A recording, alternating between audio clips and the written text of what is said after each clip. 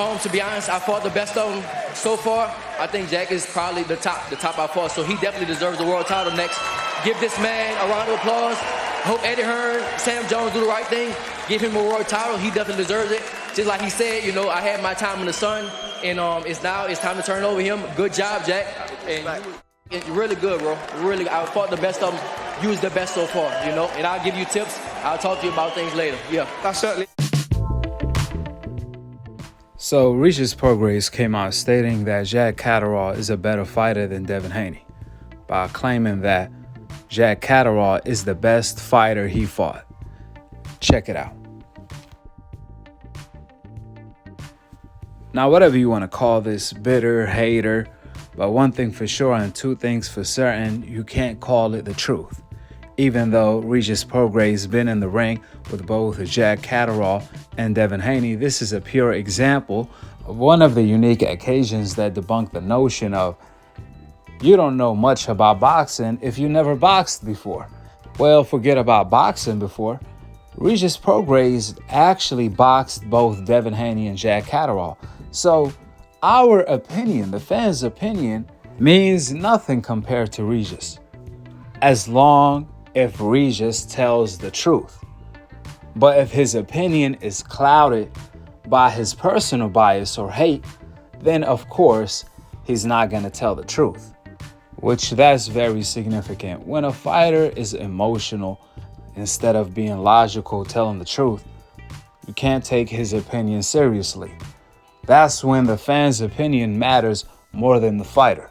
Not just any fighter here. We talking about the fighter who actually shared the ring with both Devin Haney and Jack Catterall.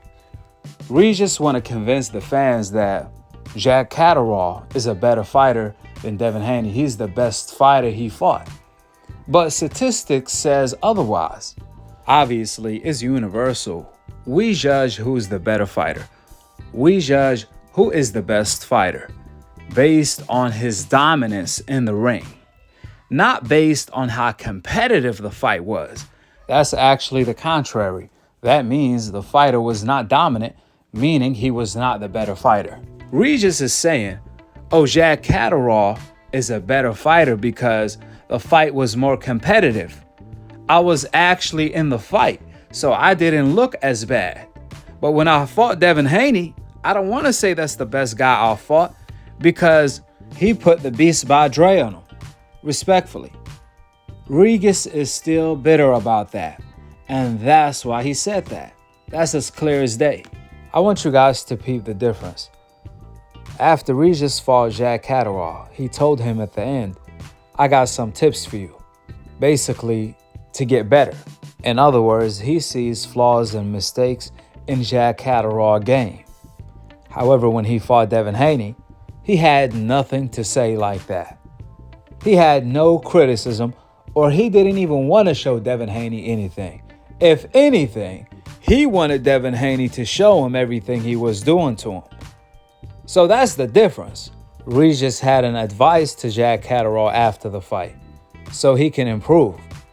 But he sure didn't have any advice for Devin Haney. All he had to say about Devin was, he's a great fighter. That's first of all. If Regis want to say, Devin Haney doesn't have any power. In fact, he's the softest puncher I fought. Then how do you explain Devin Haney dropping you and hurting you multiple times during the fight?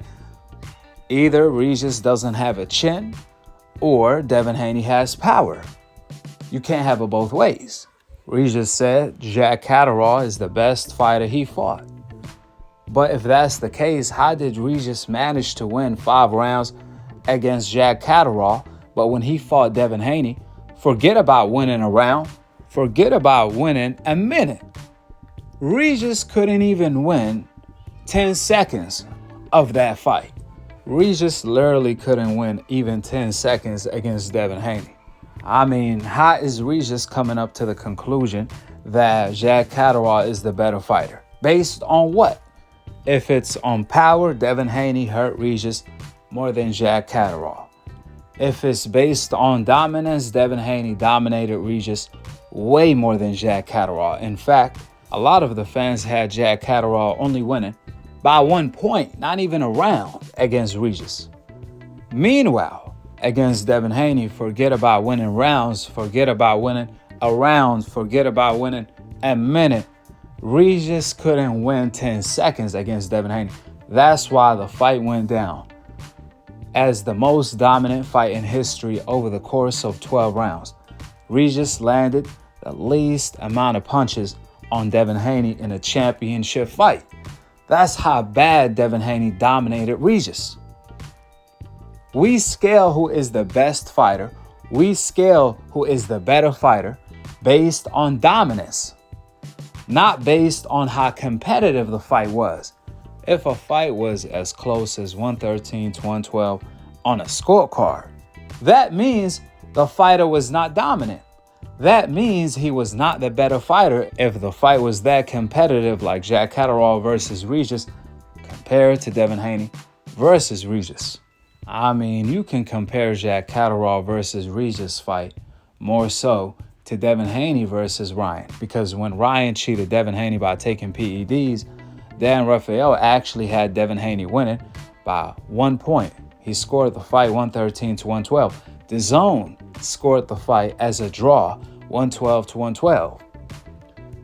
Therefore, Jack Catterall wasn't that competitive. He barely won the fight. However, according to Regis, just because he gave Jack Catterall a tougher fight than he gave Devin Haney, in his eyes, that means Jack Catterall is the better fighter because he didn't beat his ass the way Devin Haney did. So he's less mad at Jack Catterall than he is at Devin Haney. That's the reality in this case. That's the truth in this situation.